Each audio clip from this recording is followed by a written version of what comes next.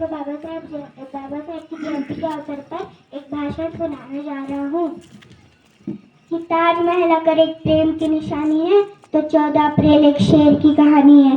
भीम ने आंखें खोली, हर कोई इंसान बन गया। भीम ने जुबान खोली, हर कोई तूफान बन गया। भीम ने कलम खोली और इस देश का संविधान बन गया। भीम की तारीफ करूं मैं कैसे, मेरे शब्दों में इतना जोर नहीं है। भीम की तारीफ करूं मैं कैसे, मेरे शब्दों में इतना जोर नहीं है। पूरी दुनिया में जाके देख लेना, मेरे बाबा साहब जैसा कोई और नहीं है।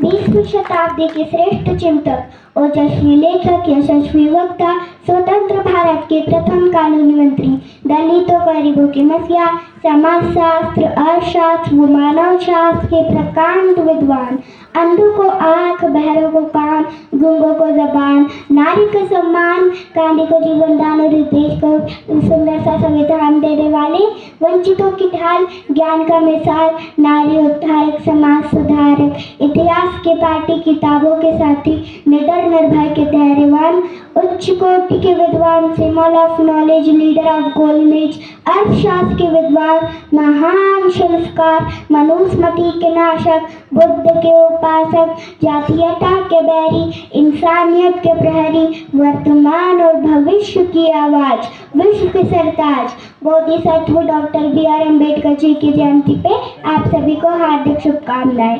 जरा सोच कर देखिए, एक ऐसा बच्चा जिसको स्कूल में पानी तक छूने का अधिकार नहीं था, सिर्फ उसकी जाति की वजह से उसको इंसान न माना जाए तो क्या वो इतिहास बदल सकता है? ये कहानी एक ऐसे बच्चे की है जिसने उसकी किस्मत नहीं बल्कि भारत का पूरा भविष्य बदल दिया। डॉक्टर भीमराव रामजी अम्बेडकर। एक ऐसा दिन जिस दिन एक सोच ने जन्म लिया, लेकिन किस्मत ने उनका स्वागत खुशियों से नहीं बल्कि भेदभाव से किया।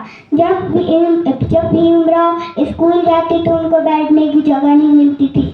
वो बाहर सबसे दूर नीचे जमीन पर बैठते थे। प्यास लगती तो पानी भी पीने का अधिकार नहीं था।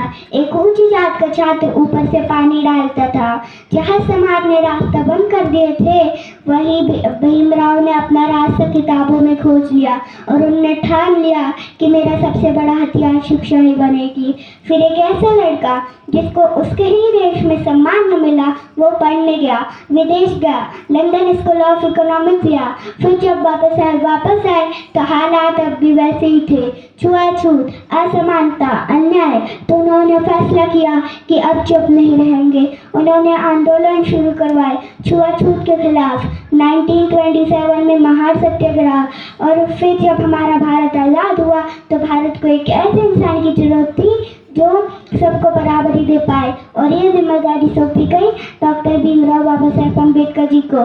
फिर उन्होंने संविधान लिखा जिसमें सब बराबर है, और उनकी संविधान की प्रस्तावना में ही लिखा गया है कि we the people of India having solemnly resolved to constitute India into a sovereign, socialist, secular, democratic republic, and to all citizens justice, social, economic, political, liberty of thought, expression, belief, faith, and worship, equality of status, and to promote against them all fraternity, assuring the dignity of the individual, the unity of the integrity of the nation.